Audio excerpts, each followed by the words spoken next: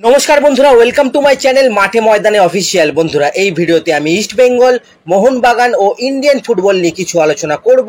তোমরা যারা যারা আমার ভিডিওটা দেখছো, আমার চ্যানেলটা প্লিজ সাবস্ক্রাইব করে নাও ইন্ডিয়ান ফুটবলের এরকমই আরো আপডেট পেতে। প্রথমেই বলি আইএসএল নিয়ে, কারণ আইএসএল নিয়ে কোন কোন কোম্পানির টেন্ডার জমা দিয়েছে এটা নিয়ে কিন্তু অনেকেরই আগ্রহ আছে। তো আজকে হচ্ছে 25 তারিখ, টেন্ডার জমা দেওয়ার শেষ দিন কিন্তু পেরিয়ে গেছে এবং জানা যাচ্ছে যে টোটাল 6টা কোম্পানি আইএসএল এর জন্য বিড করে টেন্ডার জমা দিয়েছে। আইএসএল নিয়ে একটা মিটিং আছে আজকে, এআইএফএফ কর্তারা কিন্তু ওই 6টা কোম্পানির সঙ্গে আলোচনায় বসবে এবং তাদের সব প্রশ্ন শুনবে। তখনই কিন্তু ক্লিয়ার হয়ে যাবে কোন 6টা কোম্পানি আইএসএল এর জন্য বিড করেছে। তবে যা খবর আসছে তাতে করে কিন্তু এফএসডিএল আবার একবার কিন্তু বিড করেছে। তার সাথে ইন্ডিয়ান অয়েল রয়েছে, মানে ডুরান্ড কাপ যারা করেছিল সেই ইন্ডিয়ান অয়েল রয়েছে, তার সাথে সাঁচি স্পোর্টস রয়েছে। এছাড়াও কিন্তু আরো 3টে কোম্পানি রয়েছে। তো এরা তো আছেই, তবে আইএসএল চালানোর জন্য যারা উপযুক্ত সংস্থা তারা হচ্ছে কিন্তু এফএসডিএল। এফএসডিএল এর কাছে আর্থিক ক্ষমতাও আছে আর টিভি ব্রডকাস্টারও আছে, স্টার স্পোর্টস। তো এফএসডিএল যখন আবার বিড করেছে মানে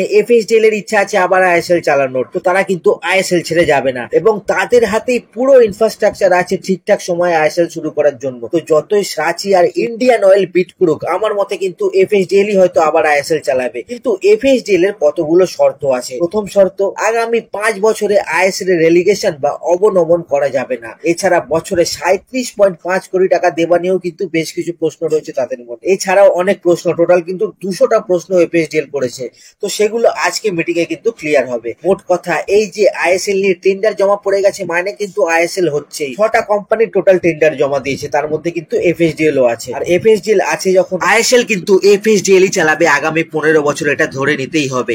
তো এই বড় আপডেটটা কিন্তু আজকে আসছে। এরপরে বলি ফুটবলারদের স্যালারি ক্যাপ কিন্তু কমতে চলেছে, কারণ আইএসএল এর 10টা ক্লাব, মোহনবাগান, ইস্ট বেঙ্গল আর মোহামেডান বাদে 10টা ক্লাব একসাথে কিন্তু চিঠি দিয়ে এআইএফএফ কে বলেছে যাতে স্যালারি ক্যাপ কমানো হয়, কারণ এমনিতেই সকলে স্যালারি ক্যাপ চিট করে। তার মধ্যে ফুটবলারদের স্যালারি বাড়তে বাড়তে এখন এমন পর্যায়ে চলে গেছে যে 2-3টে টিম বাদে কেউই কিন্তু ভালো ফুটবলার দিতে পারছে না। তো সেই জন্য ক্লাবগুলো বলেছে এখন যেমন স্যালারি ক্যাপ 18 কোটি টাকা আছে, এটা কমিয়ে যেন 6 থেকে 10 কোটি টাকা করা হয়। তাহলে ক্লাবগুলো ভালো প্লেয়ার নিতে পারবে, একটা সমতা বজায় থাকবে এবং ক্লাবগুলো স্মুথলি চলবে, উঠে যাবে না। নইলে তো এখন মনোপলি মার্কেট হয়ে গেছে, টাকার জন্য 2-1টা ক্লাব কিন্তু সব প্লেয়ার তুলে নিয়ে চলে যাচ্ছে। তো এটা বন্ধ করার জন্য আইএসএল এর 10টা ক্লাব কিন্তু একসাথে চিঠি দিয়েছে এআইএফএফ কে। দেখা যাক এখন এটা নিয়ে কি হয়। এরপরে বলি আজকে থেকে সুপার কাপ শুরু হচ্ছে। আজ সুপার কাপে অভিযান শুরু করতে চলেছে ইস্ট বেঙ্গল এবং মোহনবাগান। আইএফএ শিল্ডের পর আজ আবার নতুন শুরু। এবার প্রথমে যদি মোহনবাগানের কথা বলি, চেন্নাই কিন্তু বরাবরের গাঠ মোহনবাগানের,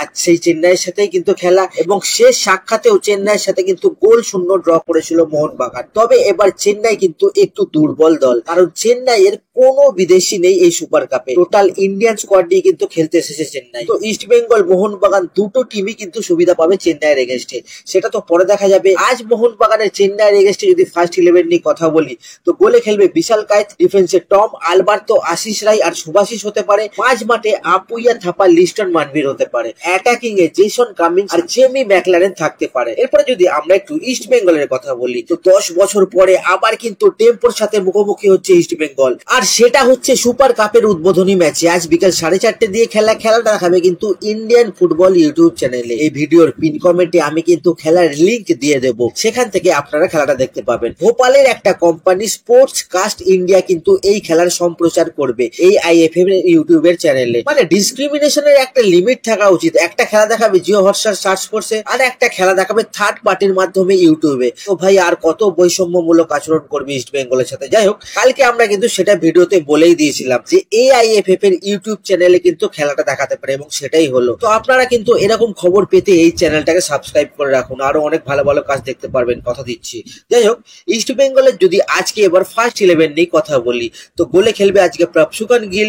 ইস্ট বেঙ্গল যদি 4-3-3 এই ছকে খেলে, তো ডিফেন্সে আনোয়ার সিবিলে, রাইট ব্যাকে রাকিব আর লেফট ব্যাকে জয় গুপ্তা, মাঝ মাঠে রাশিদ, শাউল, মহেশ, আর অ্যাটাকিং এ বিপিন অথবা হামিদ অথবা মিগুয়েল শুরু করতে পারে। গোয়ায় কিন্তু এখন প্রচুর বৃষ্টি হচ্ছে, ভেজা মাঠে খেলা, সেটাও কিন্তু মাথায় রেখে খেলতে হবে। তো এই হচ্ছে ব্যাপার, দেখা যাক এখন কেমন খেলে ইস্ট বেঙ্গল বা মোহনবাগান।